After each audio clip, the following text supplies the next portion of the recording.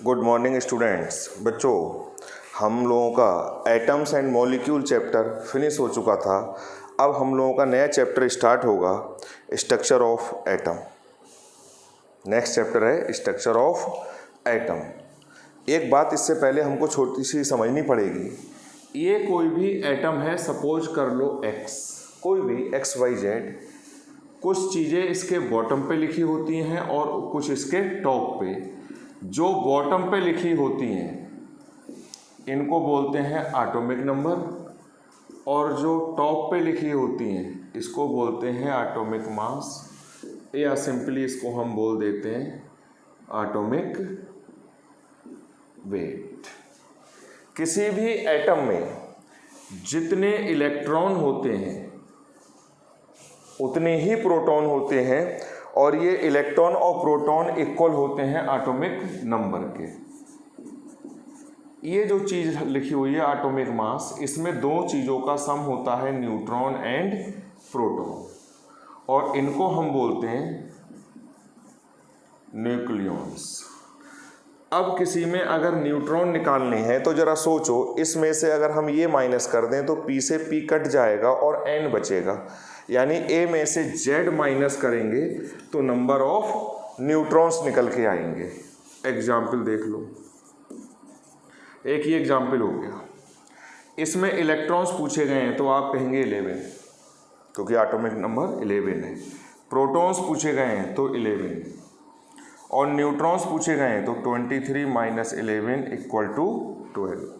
किसी भी एटम में आप इलेक्ट्रॉन निकाल सकते हैं, प्रोटॉन निकाल सकते हैं और न्यूट्रॉन। जैसे मैंने ये एग्जाम्पल ले लिया, इसके अंदर हमने कहा इलेक्ट्रॉन्स आप बताइए, तो आप कहोगे 15, प्रोटॉन भी 15 हो गए, और न्यूट्रॉन हो जाएंगे 31 माइनस 15 इक्वल टू 16। और एग्जाम्पल हम लोग लेके चलते हैं। हमने एग्जाम्पल ये ले लिया एल्यूमिनियम का। इलेक्ट्रॉन्स इसमें हो गए 13, प्रोटॉन्स इसमें हो गए 13, और न्यूट्रॉन्स हो गए 27 माइनस 13 इक्वल टू 14। नेक्स्ट हमने ले लिया एग्जाम्पल, ये कोई भी ले लिया, इसमें इलेक्ट्रॉन्स पूछे जाएंगे तो आएंगे 26, प्रोटॉन पूछे जाएंगे तो फिर ये आएंगे 26, और जब न्यूट्रॉन्स पूछे जाएंगे तो 56 माइनस 26 इक्वल टू 30। किसी भी एटम में आप इलेक्ट्रॉन, प्रोटॉन और न्यूट्रॉन निकाल सकते हैं। जो एटॉमिक नंबर होगा वही इलेक्ट्रॉन के बराबर होगा और वही प्रोटॉन के बराबर होगा, और जब न्यूट्रॉन निकालेंगे तो atomic mass minus atomic number. किसी भी एटम में आप इलेक्ट्रॉन निकाल सकते हैं, प्रोटॉन निकाल सकते हैं और न्यूट्रॉन निकाल सकते हैं।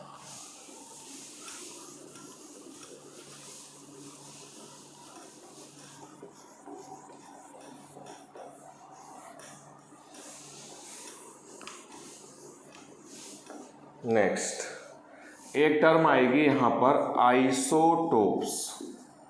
आइसोटोप्स क्या होते हैं? The atoms of same element having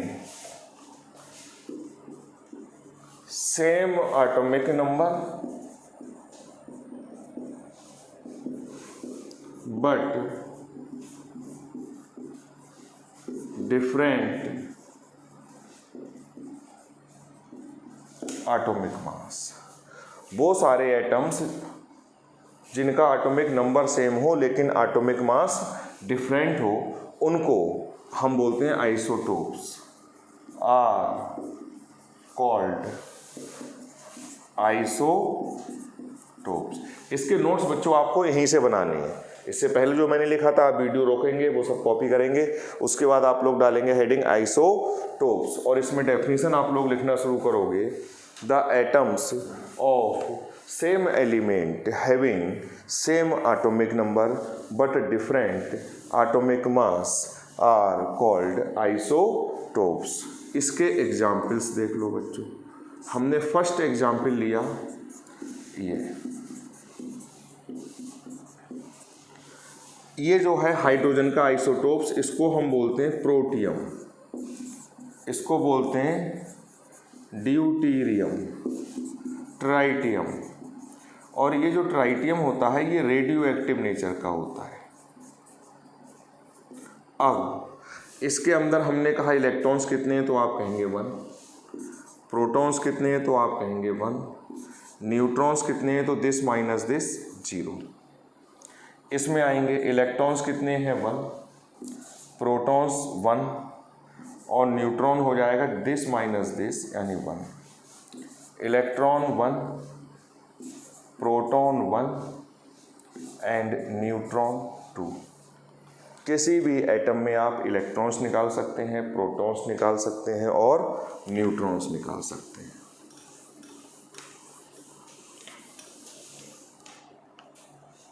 second example, carbon है ये। इसके अंदर इलेक्ट्रॉन्स, प्रोटॉन्स, न्यूट्रॉन हम जब निकालेंगे तो दिस नंबर माइनस दिस यानी 12 माइनस 6 इक्वल टू 6। मैंने डायरेक्ट लिख दिया है। इसमें आप इलेक्ट्रॉन्स निकालेंगे, प्रोटॉन निकालेंगे और न्यूट्रॉन जब 13 माइनस 6 तो 7। इसमें इलेक्ट्रॉन्स, प्रोटॉन्स और न्यूट्रॉन्स। किसी भी एटम में आप इलेक्ट्रॉन निकाल सकते हैं, प्रोटॉन निकाल सकते हैं और न्यूट्रॉन निकाल सकते हैं। ये भी आपको नोट करना है, वीडियो को यहीं पर रोक के। नेक्स्ट मैं थर्ड एग्जाम्पल दे रहा हूँ। मैंने आइसोटोप्स आपको बताया हाइड्रोजन के, उसके बाद सेकेंड एग्जाम्पल में मैंने बताया आपको कार्बन के, थर्ड एग्जाम्पल में हम ले रहे हैं ऑक्सीजन के।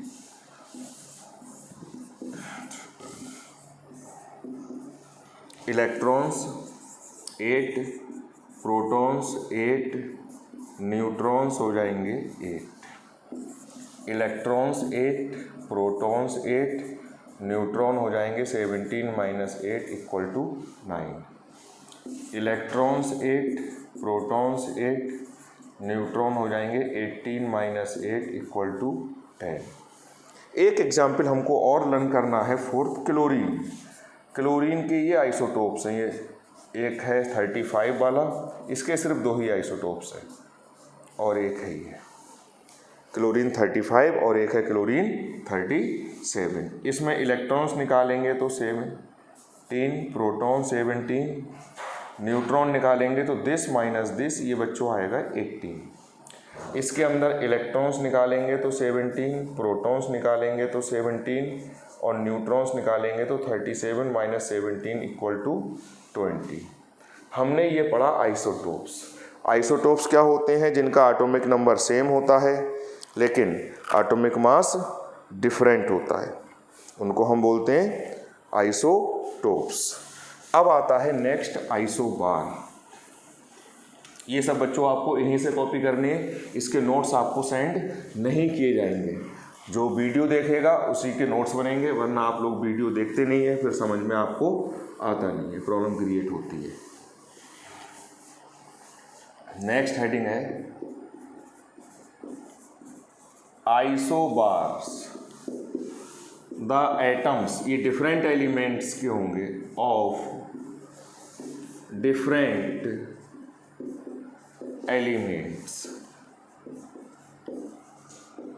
Having same atomic mass but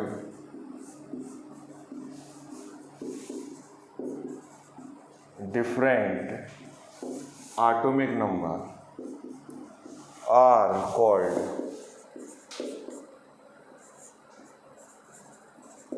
isobar. वो सारे एलिमेंट जिनके एटॉमिक मास सेम होगा और एटॉमिक नंबर डिफरेंट होगा। एटॉमिक मास वो होता है जो ऊपर लिखा होता है और एटॉमिक नंबर वो होता है जो नीचे बॉटम पे लिखा होता है। अब हम अगर इसके एग्जाम्पल की बात करें बहुत ध्यान से, ये एक एलिमेंट है आर्गन, ये एक एलिमेंट है calcium.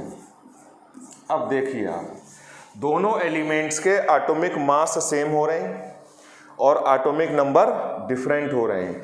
These are the examples of isobars.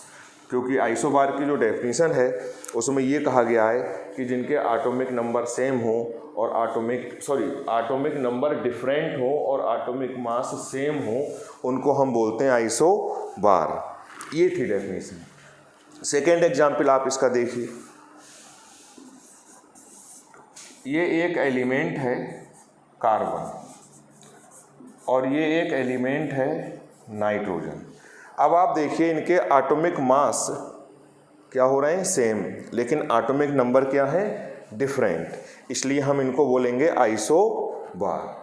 Isobar वो होते हैं जिसके एटॉमिक नंबर डिफरेंट होते हैं लेकिन एटॉमिक मास सेम होता है। और आइसोबार इसका जस्ट रिवर्स होगा, उसमें एटॉमिक नंबर सेम होगा लेकिन एटॉमिक मास डिफरेंट होगा। कुछ एटम्स के एटॉमिक वेट और एटॉमिक नंबर बच्चों आपको लर्न करने हैं। मैं लिख दे रहा हूँ और ये आप नोट करेंगे। इससे पहले वाले चैप्टर में मैंने एटॉमिक वेट तो आपको काफ़ी बता दिए थे। जैसे हमने ले लिया हाइड्रोजन, ये वाला nitrogen, carbon, sodium, magnesium, aluminium,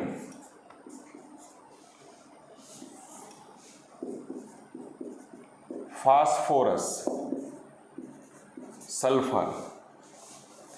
नाम भी आप इसके लिखेंगे, जैसे ये हाइड्रोजन हो गया, नाइट्रोजन हो गया, कार्बन हो गया, सोडियम हो गया, मैग्नीशियम हो गया, एल्यूमिनियम, फास्फोरस, सल्फर। ये होता है पोटेशियम और ये होता है कैल्शियम। इतने तो आप फ्रिक्वेंटली लर्न कर ही लेना, इनकी बहुत ज़रूरत पड़ेगी। नाम मैं एक बार फिर से बोल रहा हूँ जो कि आप नोट करेंगे।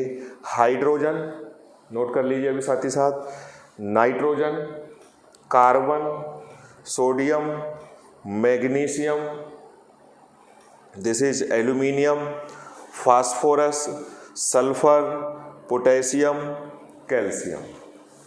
ये आपको बिल्कुल फ्रीक्वेंटली आपके टिप्स पे लर्न होने चाहिए।